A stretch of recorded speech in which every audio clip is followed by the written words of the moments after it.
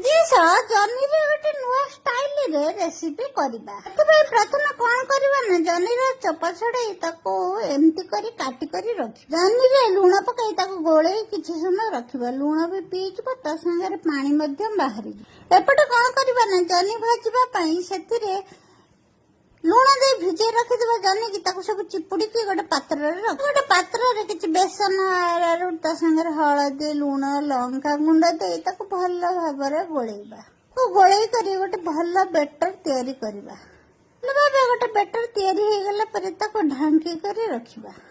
तापर कौन करबा ना गैस रे तावा बसेबा तावा ततला पर सेतिरे तेल दबा तेल तातिला पर कौन करबा ना काटी रखिଥିବା जनी के से बेटर रे बुड़ई कई तावा रे सुंदर करी फूल भाव सजई करी ताको भाजीबा देखंतु केते सुंदर देखाउ किया को कहबा जनी भजा बोली समस्त कहबे बोईताळ फूल भजा किंतु ये बोईताळ फूल न ये होची जनी भजा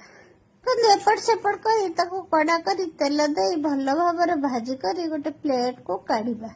आपण भात रे खाई परबे पखाळ भात रे खाई परबे ता संगे स्नैक्स भाव रे भाजी करी खाई और रहउची देखा अपन नेक्स्ट